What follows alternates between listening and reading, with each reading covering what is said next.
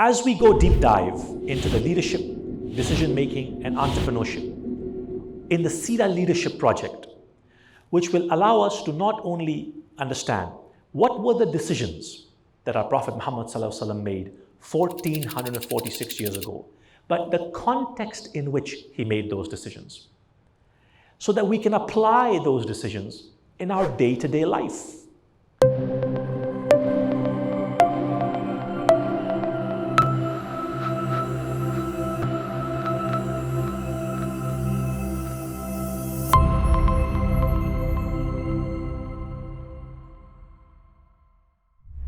We have covered several modules. We've covered several aspects of the Prophet's life.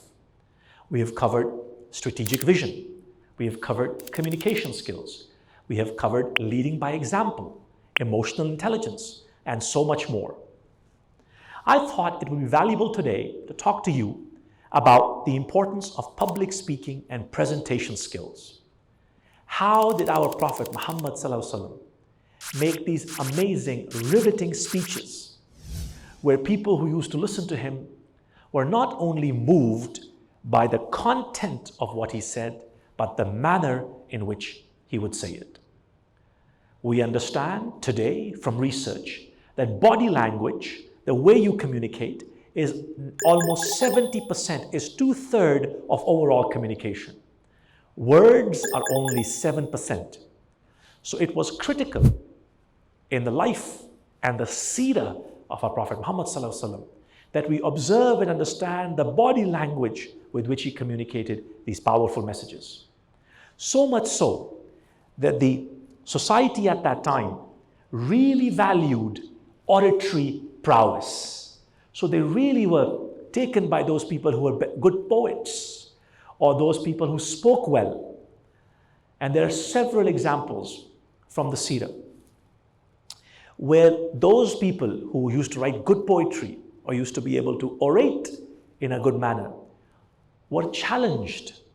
Allah challenges in the Quran to say, can you come up with a surah, an ayah, a line that can match the words that are Allah's words? Our Payghambar ﷺ was relaying those words onto his people. Aristotle, who is often given a lot of credit for distinguishing good from great and average from brilliant, says that a public speaker or anybody in position of influence must influence people in 3 ways, which in Greek is referred to as ethos, pathos, and logos. Ethos, pathos, and logos. What do they mean? Ethos means that somebody's ability to influence someone else is primarily driven by the emotion with which they speak. How much you believe in something, how passionately you believe in something is powerful. Logos says that it's not only how emotionally connected you are to the message that you're narrating, but it's the logic or the fact of what you are saying. So you might be very dynamic in your delivery, but if what you are saying doesn't make logical or factual sense, you will not be able to motivate or inspire people. And finally, pathos is who is the one doing the delivery? Who is the person who is relating the message? Is that person credible? Is that person trustworthy? So Aristotle says that where ethos, pathos, and logos come together is where you have significant influence being passed on to others. How did our Prophet Muhammad ﷺ link all of this? We know, of course, that our Prophet ﷺ used to speak with great emotion. When he spoke, it was impossible not to listen.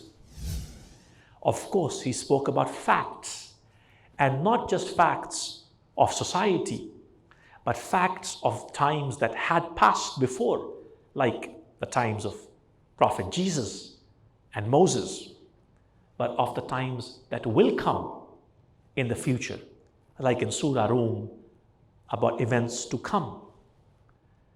We also know that our Prophet ﷺ used to finish his communication in a very dynamic way. So we know that at the last sermon, when our Prophet ﷺ gave his last sermon to people, he finished with a call to action. What was a call to action? He said, those who are listening to me now, it is incumbent upon you.